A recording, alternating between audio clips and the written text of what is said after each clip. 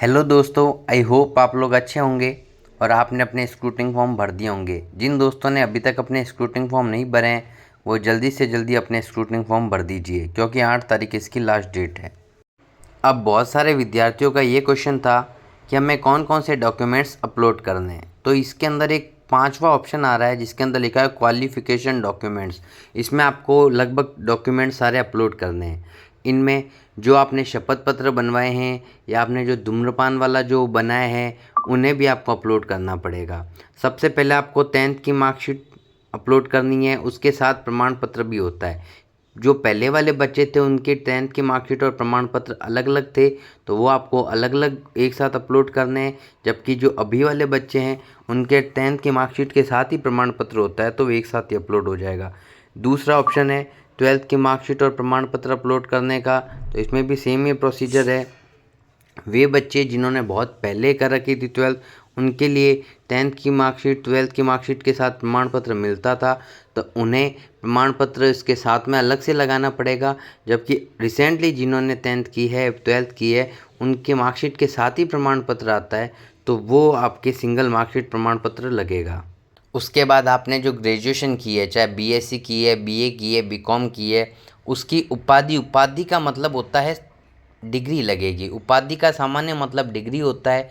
तो इस जगह आपकी ग्रेजुएशन की जो डिग्री है वो अपलोड होगी, उसके क्रमांक है वो लिखे जाएंगे। उसके बाद है जो अगर आपने कोई मास्टर डिग्री कर रखी है तो मास्टर डिग्री के भी आपके जो डिग्री है वो अपलोड हो जाएगी। तो फोर्थ कॉलम के अंदर जो आपने MSc, MA, MCom master degree कर रखी है उसकी डिग्री अपलोड हो जाएगी। फिफ्थ में है चरित्र प्रमाण पत्र। यहाँ पर कहीं स्टार नहीं लगा हुआ है, जिन चीज़ों के ऊपर स्टार लगा हुआ है रेड कलर से वो लगाना मस्ट कंपलसरी है। यहाँ पर कोई स्टार नहीं है तो कोई कंपलसरी वाली बात नहीं है। चरित्र प्रमाण पत्र वैसे ही हम लोग अलग से 2 मजिस्ट्रेट के बना के लगा रहे हैं, एक हम हमारा अंतिम शैक्षणिक संस्था वाला लगा रहे हैं। तो यहाँ पर कुछ भी लगाने की ज़रूरत नहीं है, क्योंकि 2 मजिस्ट्रेट ऑफिसर वाले और जो अंतिम संस्था वाले प्रमाण पत्र है वो आगे लगेंगे। अब देखिए नेक्स्ट 6 नंबर है अनापत्ति प्रमाण पत्र, मतलब एनओसी। एनओसी उन लोगों के लिए जो गवर्नमेंट जॉब से रिलेटेड है या कोई अदर केस है तो उनके लिए। सामान्य व्यक्ति के लिए एनओसी वाली कोई भी स्थिति नहीं है। 7वें कॉलम के अंदर है मूल निवास प्रमाण पत्र। आपको अपना डिजिटल मूल निवास प्रमाण पत्र के क्रमांक लिखने हैं और उसे अपलोड करवाना है। कई बार इसके अंदर डाटा फैच नहीं हो रहा है तो आपको इसे मैन्युअली अपलोड करना पड़ेगा। उसके बाद आ जाएगा ईडब्ल्यूएस प्रमाण पत्र। आपके पास यदि ईडब्ल्यूएस प्रमाण पत्र बना हुआ है, फॉर्म भरने की लास्ट तिथि तक का है, तो आपको अपलोड करना है। नहीं तो यदि उससे कुछ पुराना है, उसके बाद का है, उससे पहले का यदि है आपके पास, तो आपको वो अपलोड करना है। 9 नंबर में आएगा अटेस्टेशन फॉर्म। अटेस्टेशन फॉर्म जो आपने भरा था, विस्तृत हाथों से भरा था ऑफलाइन, वो अटेस्टेशन फॉर्म आपको अपलोड करना है यहाँ पर। अटेस्टेशन फॉर्म को हाथ से भर के अपलोड करना है। उसके बाद एक और प्रिंट निकलेगा, उसे भी आपको रजिस्टर्ड ऑफिसर से साइन करवाना है, ये आपको ध्यान रखना है। 10 नंबर पॉइंट है 2.5 लाख वाली आय का प्रमाण पत्र। तो इस पर कहीं रेड स्टार नहीं लगा हुआ है, जैसे आप देख सकते हैं अटेस्टेशन फॉर्म पे लगा हुआ है, तो वो तो कंपल्सरी आपको लगाना ही पड़ेगा, भरना ही पड़ेगा। 2.5 लाख वाली जो प्रमाण पत्र है वो आपको कोई कंपल्सरी नहीं है, यदि आप बनवा के लगाना चाहें तो लगा दीजिए, ऐसा कोई कंपल्सरी वाली बात है नहीं। फिर है डिप्लोमा धारक अन्य प्रमाण पत्र। यदि आपके पास अन्य कोई डिप्लोमा है तो लगा दीजिए, हालांकि यहाँ पर कोई भी स्पेशल ज़रूरत है नहीं आपको। कुछ दोस्त कह रहे हैं कि डिप्लोमा में क्या हम आरकेसीएल लगा सकते हैं? हाँ, लगा सकते हैं, यदि आप लगाना चाहें तो लगा सकते हैं। वैसे कोई कंपल्सरी है नहीं, क्योंकि यदि यहाँ पर आरकेसीएल अपलोड करना होता तो वो लोग यहाँ पे सीधा आरकेसीएल ही लिख देते। प्लस इससे पहले एक जगह आई थी जहाँ पर आपको डॉक्यूमेंट और अपलोड करने थे दूसरे स्टेप के अंदर। हो सकता है आप लोगों ने वहाँ पर एजुकेशन क्वालिफिकेशन में आरकेसीएल अपलोड कर दिया होगा, तो वैसे कोई ज़रूरत है नहीं। यदि आप लगाना चाहें तो आरकेसीएल लगा सकते हैं। 12 नंबर पॉइंट है स्पोर्ट पर्सन सर्टिफिकेट। यदि आप खेल से संबंधित खिलाड़ी हैं तो आपको उसका सर्टिफिकेट लगाना चाहिए। अगर आपके पास है तो ज़रूर लगाना चाहिए, इसका आपको बेनिफिट होगा। खिलाड़ी कोटे में लगने के लिए आपको ये सर्टिफिकेट लगाना कंपलसरी है। फिर है हस्तलिखित नमूना, जो आपने हाथ से इंग्लिश और हिंदी माध्यम में जो नमूना भरा होगा और जिसमें आपने साइन किए होंगे वो हस्तलिखित नमूना यहाँ पर अपलोड करना होगा। 14 नंबर पॉइंट है शपथ पत्र। अब सबसे बड़ा कन्फ्यूजन है शपथ पत्र हमें कौन सा लगाना है। तो देखिए मेरे हिसाब से शपथ पत्र का मतलब है जो आपने सामान्य घोषणा पत्र बनाया है कूट रचित डॉक्यूमेंट वाला, कि मेरे कोई भी डॉक्यूमेंट कूट रचित नहीं है, वो वाला शपथ पत्र मतलब सामान्य घोषणा पत्र वाला शपथ पत्र यहाँ पर अपलोड होगा। 15 नंबर पॉइंट है जाति शपथ पत्र। जाति शपथ पत्र का मतलब है वे स्टूडेंट जिनका ईडब्ल्यूएस, ओबीसी या एमबीसी संबंधी जो जाति प्रमाण पत्र है वो अभी तक नहीं बना हुआ है। नहीं बना हुआ है तो पहले का बना हुआ था, अभी रिसेंटली का उनके पास नहीं है, तो वो लोग एक शपथ पत्र बनवा सकते हैं, जिसके बारे में कल मैंने एक वीडियो के माध्यम से समझाया भी था।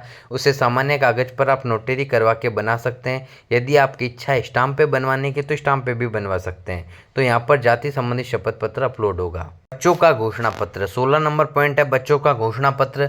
बच्चों के घोषणा पत्र में आपको वो डॉक्यूमेंट जो आपने बनवाया होगा संतान संबंधित घोषणा पत्र जिस पे रजिस्टर्ड ऑफिसर के साइन हुए होंगे वो आपको अपलोड करना है। अब कई लोग ये कह रहे हैं कि सर हमारी तो शादी नहीं हुई तो हमें क्या बच्चों का घोषणा पत्र भरना है। तो हाँ भाई आप लोगों को ज़रूर भरना है, क्योंकि यहाँ पर रेड स्टार आपको दिख रहा होगा, यहाँ पर रेड स्टार बना हुआ है, जिसके ऊपर स्टार बना हुआ है वो अपलोड करना कंपल्सरी है सबके लिए।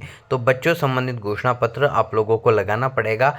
उसमें ज़रूरी नहीं है कि बच्चे नहीं हैं, तो आप वहाँ पर 0 लिख दीजिए, 0 लिख दीजिए और रजिस्टर्ड ऑफिसर के साइन करवाइए और उसे अपलोड कर दीजिए। इसमें कोई दिक्कत वाली बात है नहीं। आप लोगों को अगर आपकी शादी नहीं हुई है या आपके कोई बच्चे नहीं हैं तो आपको अपने बच्चों की घोषणा करनी पड़ेगी कि 0 है तो 0 लिखना है, 1 है तो 1 लिखना है, और ज़्यादा है तो आपको वो मेंशन करना है। 17 नंबर पॉइंट है दहेज ऑब्लिक धूम्रपान निषेध के लिए शपथ पत्र। ये बच्चे बहुत ज़्यादा गलतियां कर रहे हैं इसके अंदर, तो आप लोगों को ध्यान रखना है। आपको दहेज संबंधित का मतलब है यदि आप विवाहित है तो विवाहित वाला अपलोड करेंगे जिसमें लिखा हुआ है मैं विवाहित हूँ, मैंने किसी भी प्रकार का दहेज नहीं लिया है। फिर आपके ससुर जी का, आपकी वाइफ का वहाँ पर साइन होगा। यदि आप अविवाहित हैं तो आपको अविवाहित वाला घोषणा पत्र लगाना है जिसमें लिखा हुआ है कि मैं अविवाहित हूँ, भविष्य में ना दहेज लूँगा ना दूंगा, वो वाला घोषणा पत्र लगाना है। मतलब विवाहित अविवाहित वाले जो घोषणा पत्र है उसी के साथ ही दहेज वाला अटैच है। उसी की भाषा अगर आप ढंग से पढ़ेंगे तो उसके अंदर लिखा हुआ है। तो दहेज वाला प्रमाण पत्र लेके आपको क्लियर हो गया, विवाहित है तो विवाहित वाला, अविवाहित है तो अविवाहित वाला, ये आपको घोषणा पत्र में लगाना है। दूसरी बात है धूम्रपान निषेध, जो एक वचन पत्र करके एक पत्र है जिसमें लिखा हुआ है कि मैं किसी भी प्रकार के धूम्रपान का, गुटखे का सेवन नहीं करूँगा, ऐसा कुछ लिखा हुआ है, उसे आपको यहाँ पर अपलोड करना है। दोनों फाइलों को एक साथ अटैच करना है, मर्ज करना है और उसके बाद आपको इसे अपलोड करना है। 18 नंबर है राजपत्रित अधिकारियों द्वारा 2 अलग अलग चरित्र प्रमाण पत्र। तो आपको 2 राजपत्रित अधिकारियों से चरित्र प्रमाण पत्र बनवाना है। उसका परफॉर्मा आप लोगों को जो विज्ञप्ति आई थी अभी आज से 4 दिन पहले आई थी 1 तारीख को, उसमें आपको मिल गया होगा। उस परफॉर्मे को प्रिंट निकलवाना है। उसके बाद 2 राजपत्रित अधिकारियों से डिटेल भरवा के साइन करवा के मोहर लगवानी है। तो ये आपके, और वो दोनों राजपत्रित अधिकारी अलग अलग होने चाहिए, एक सिंगल पर्सन से 2 नहीं बनवाने हैं। हमें अलग अलग राजपत्रित अधिकारियों से मोहर लगवा के और अपने चरित्र प्रमाण पत्र को प्रमाणित करवाना है। 19 नंबर पॉइंट है अंतिम संस्था द्वारा जारी चरित्र प्रमाण पत्र। इसके ऊपर भी आप देखेंगे रेड स्टार लगा हुआ है, तो आपको ये अपलोड करना ही है। अंतिम संस्था द्वारा जारी प्रमाण पत्र। अंतिम संस्था द्वारा जारी प्रमाण पत्र का मतलब है आपने जिस भी जगह से अपनी अंतिम पढ़ाई की थी वहाँ का चरित्र प्रमाण पत्र आपको चाहिएगा। यदि आज की डेट में आपके पास अभी तक अवेलेबल नहीं है अंतिम संस्था का प्रमाण पत्र तो आपको चाहिएगा चरित्र प्रमाण पत्र, क्योंकि इस पर स्टार लगा हुआ है, इसके बिना आपका प्रोसीजर आगे नहीं बढ़ेगा। तो आपको चाहिएगा, इसके लिए आप जाइए अपनी अंतिम संस्था में, वहाँ पर अप्लाई कीजिए, हैंड टू हैंड आपको मिल जाएगा। विद इन 10 से 15 मिनट के अंदर आपको आपका चरित्र प्रमाण पत्र मिल जाएगा। कोई दिक्कत वाली विषय है नहीं। जहाँ से आपने अंतिम रेगुलर डिग्री की है वहाँ का चरित्र प्रमाण पत्र आपको चाहिएगा। उसके बाद बात करते हैं 20 नंबर पे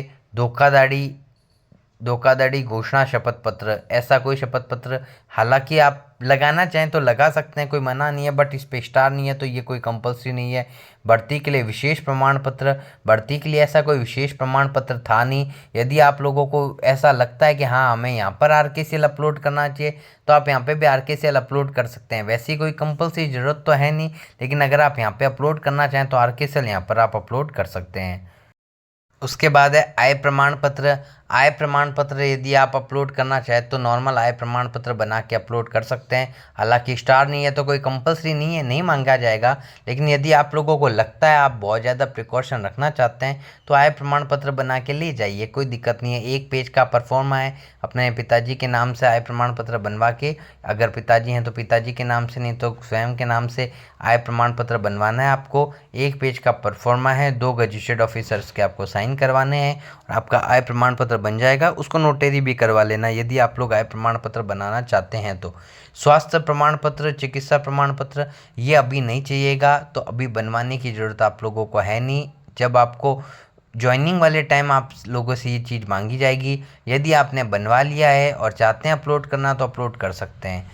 फिर है आयु में छूट प्रमाण पत्र। यदि आप लोगों को किसी भी प्रकार की आयु में छूट चाहिए, आप लोगों को छूट की आवश्यकता है, आप ओवर एज हो चुके हैं यदि, तो आप लोगों को आयु में छूट संबंधी एक प्रमाण पत्र भी अपलोड करना पड़ेगा।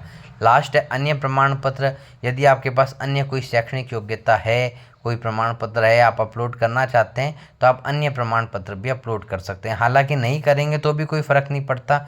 जैसे यहाँ पर इस स्टूडेंट ने अन्य प्रमाण पत्र अपलोड कर रखा है और जितना मुझे पता है इस अन्य प्रमाण पत्र में RKCL अपलोड कर रखा है। तो आप यदि चाहें कि मुझे RKCL यहाँ पर अपलोड करना है तो आप यहाँ पर अपलोड कर दीजिए, पहले अपलोड करना चाहें तो पहले कर सकते हैं, कोई दिक्कत वाला विषय है नहीं।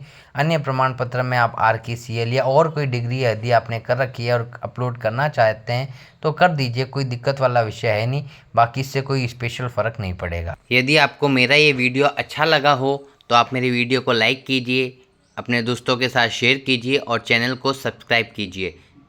और यदि LDC स्क्रूटनिंग फॉर्म या पशु परिचर के डॉक्यूमेंट वेरिफिकेशन से संबंधित और कोई क्वेश्चन आपके माइंड में हो तो आप कमेंट बॉक्स में लिखिएगा, मैं इसका ज़रूर उत्तर दूंगा।